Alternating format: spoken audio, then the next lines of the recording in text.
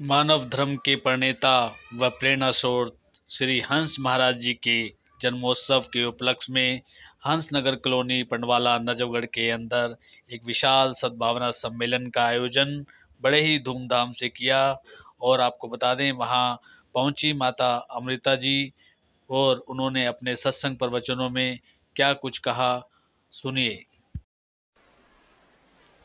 प्रेमी सज्जनों, महात्मा गण, बाई गण तथा दूर दूर से आए हुए सभी भगवत भक्तों, आज इस पंडवाला के हंसनगर में प्रथम बार श्री हंस जयंती के प्रोग्राम को मनाया जा रहा है। और अभी तो केवल ये दिल्ली, आधा यूपी और पंजाब और हरियाणा के ही, यहाँ राजस्थान आसपास के लोगों को ही आज्ञा थी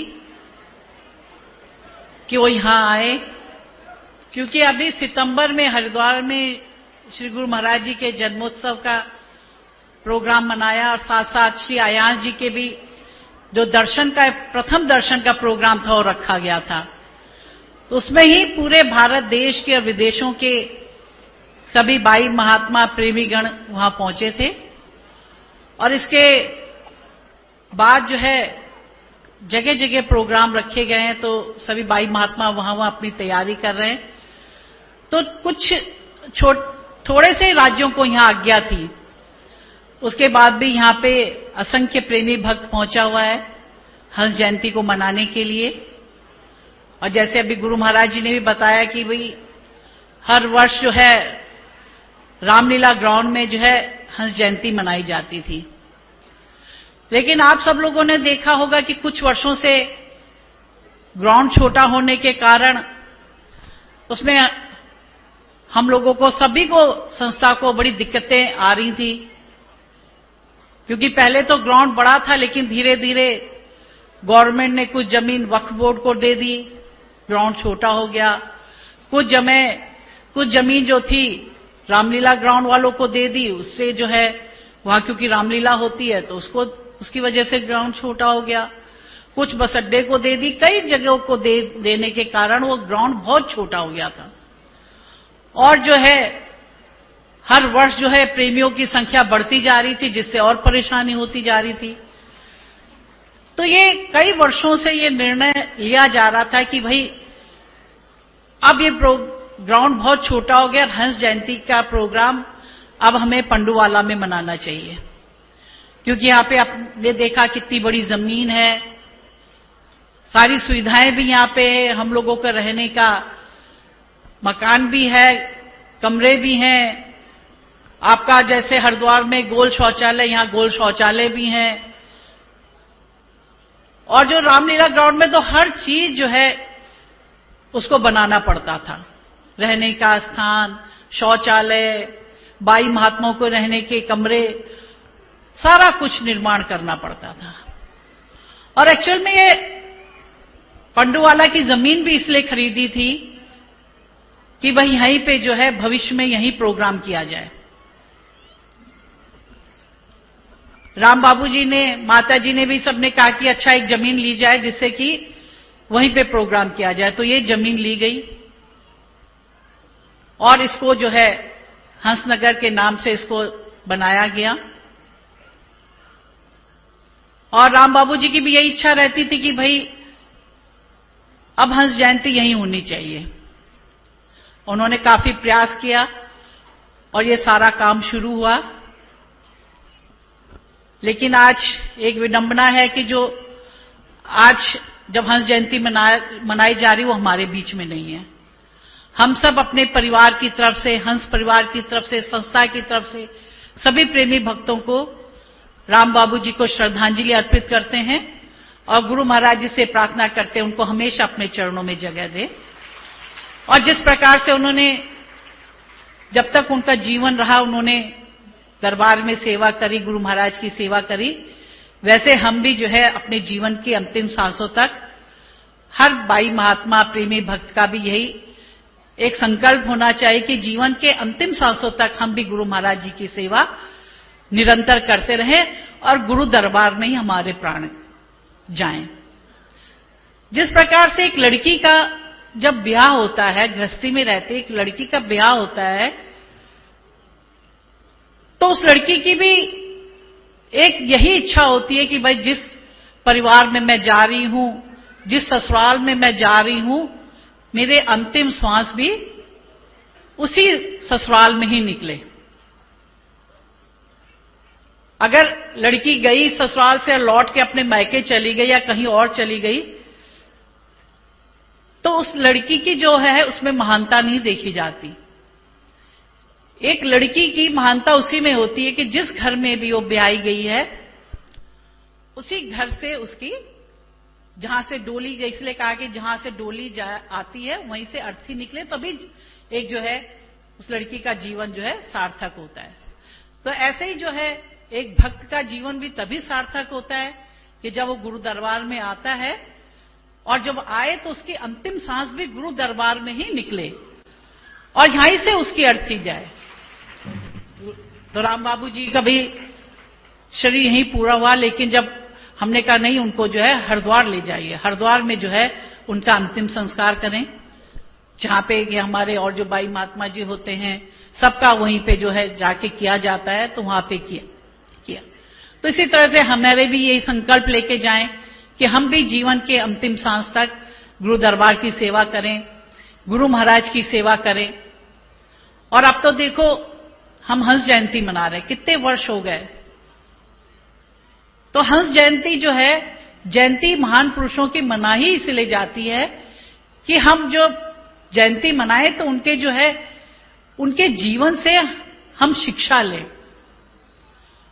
उन्होंने अपने जीवन में क्या किया, उनके क्या आदर्श थे, उनके क्या सिद्धांत थे, उनके जीवन का क्या मूल्य था, वो सारे सिद्धांत जीवन को जो है मूल्यों को हम भी अपने जीवन में अपनाएं। इसीलिए जो है जयंतियां मनाई जाती। चाहे आपने देखा होगा त्रेता में प्रभु राम आए, लेकिन आज कलिकाल में भी जो है हम लोग रामनवमी मनाते हैं। द्वापर में भगवान कृष्ण का जन्म हुआ, आज कलिकाल में भी हम लोग जो है कृष्ण जन्माष्टमी को मनाते हैं। बुद्ध का जन्म हुआ, इतने वर्षों के बाद भी हम बुद्ध जयंती मनाते हैं। हंस जी महाराज जी का जन्म हुआ, उन्होंने सारा जीवन इस ज्ञान के प्रचार और प्रसार में लगाया, और आज भी हम उनका प्रतिवर्ष उनकी जयंती मना के उनके कार्यों को हम याद करते हैं। आज तो हम देखते हैं जगह जगह जब जाते हैं नए नए आश्रम बन रहे हैं, तो कितने सुंदर और भव्य आश्रम बन रहे हैं, कितनी सुविधा आप लोगों के लिए रहती है। चाहे बाई जी हो, महात्मा जी हो, प्रेमी लोग भी जब उस आश्रम में आते हैं तो आपको, बड़े बड़े आश्रम है तो आप लोगों को भी वो सुविधा मिलती है। आसानी से जो है सत्संग सुनते हैं आप हॉल में बैठ के, भंडारा बनता है, भंडारे का आप लोग भोग करते हैं, तो सब चीज की जो है आपको भी फैसिलिटीज मिलती है। पहले गाड़ियां नहीं थी। हम जब श्री हंस जी महाराज के ही जीवन परिचय को पढ़ते हैं तो यही जानते हैं कि भाई देखो कितने कष्टों से उन्होंने जो है ज्ञान का प्रचार प्रसार किया। श्री माता जी कहते थे कि जो महाराज जी थे जब जाते थे तो महीनों महीनों तक निकल जाते थे, महीनों महीनों तक जो है घर नहीं आते थे। और उस समय तो आजकल की तरह तो मोबाइल होते नहीं थे, फोन्स नहीं होते थे, कोई साधन नहीं होता था कि व्यक्ति कहां गया है, कैसी तबीयत है, कैसे रह रहे हैं, या घर में जो है कैसे माताजी रह रहे, कैसे बच्चे रह रहे, कुछ पता नहीं होता था। गाड़ियां नहीं होती थी। अब तो आजकल तो कितनी सुविधाएं हैं, सब बाई जी महात्मा जी बड़े बड़े आश्रम में सबके पास गाड़ियां हैं, कोई असुविधा नहीं है। लेकिन जब उस समय थे श्री हंस जी महाराज, उन्होंने जो है बैलगाड़ियों से सफर किया, टांगों में बैठ के सफर किया, कहीं वो भी नहीं रहता था तो पैदल भी सफर किया, कई कई दिन भूखे भी रहे, कई कई दिन चने में से ही खा के अपना जीवन जो है उसको यापन किया, तो अनेक कष्टों को सहा। पुराने पुराने जो बाई जी महात्मा जी बताते हैं कि भाई पहले तो आश्रम नहीं होते थे, प्रेमी भक्तों के घर भी छोटे छोटे होते थे, लेकिन वो तब भी उनके दिल बहुत बड़े होते थे। और उन्होंने चाहे उनका एक कमरे का भी घर होता था, लेकिन वो बाई जी महात्मा जी को अपने घर में रखते थे और जो है सत्संग करा के ज्ञान का प्रचार करके उन्होंने धीरे धीरे इस संस्था को आगे बढ़ाया, इस ज्ञान और प्रचार को आगे किया। और आज ये स्थिति की कहीं भी जाएं तो हर जगह प्रोग्राम ऐसे होते जैसे बैसाखी और नवंबर से भी ज्यादा बड़े प्रोग्राम होने लग गए।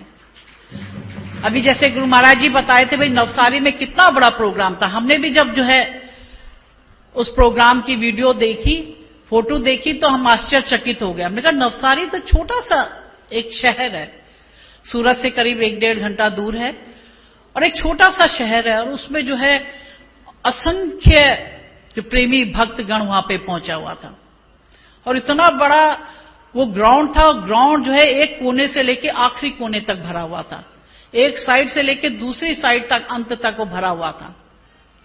और देख के मैंने यही कहा, मैंने कहा अरे ये तो नवंबर प्रोग्राम से भी कई गुना ज्यादा पब्लिक यहां पे आ रखी है।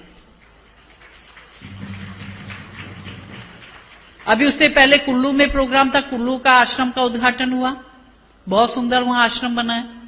महाराज जी ने विशेष ध्यान रख के उसको बहुत सुंदर उसको सजाया और बहुत सुंदर वहां आश्रम हुआ बना। वहां पे भी प्रोग्राम हुआ, सत्संग हुआ और आश्रम का उद्घाटन हुआ। फिर आगे हम लोग मंडी गए, वहां पे भी सब भक्तों को दर्शन का लाभ मिला।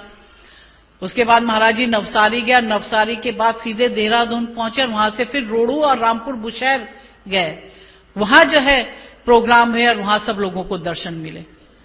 और सितंबर में तो पूरा भारत देश ही यहां आया हुआ था, हरिद्वार। कहने का तात्पर्य है कि इतनी जगह दर्शन सत्संग का प्रोग्राम होने के बावजूद भी जो है नवसारी में इतनी अधिक जन समाज पहुंचा हुआ था। अब यहां भी इतना अधिक जन समाज पहुंचा हुआ है, तो इससे है कि ज्ञान का प्रचार और प्रसार जो है बड़ी तीव्र गति से हो रहा है। और अभी तो बहुत से आश्रम बनके तैयार हो गए हैं, क्योंकि 2 साल आप लोगों को पता है कोरोना के काल के कारण, क्योंकि सरकार ने भी पाबंदी लगा दी थी कि कहीं भी जो है आदमी इकट्ठा नहीं हो सकते हैं।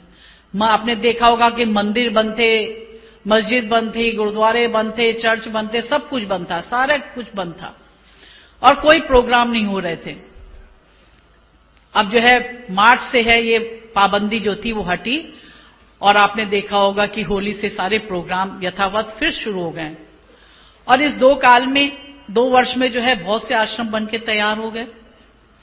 और अभी जो है उसके बाद मार्च के बाद तो इतनी गर्मी हो जाती, बैसाखी के बाद तो कहीं प्रोग्राम नहीं दे। लेकिन अब मौसम जैसे जैसे ठंड आ रही है, अच्छा मौसम हो रहा है, तो अब सब जगह प्रोग्रामों की एक जो है बौछार वो शुरू हो गई है, प्रोग्रामों की झड़ी शुरू हो गई है। सभी भक्तों को हरे कृष्णा। प्रभु सार चैनल को देखने के लिए आपका धन्यवाद। और अधिक ऐसी भक्ति में वीडियो अगर देखना चाहते हैं, कृपया चैनल को सब्सक्राइब कर दीजिए, लाइक कर दीजिए, कमेंट करके बेल आइकन का बटन दबाना ना भूलें, साथ ही वीडियो को शेयर जरूर कर दें।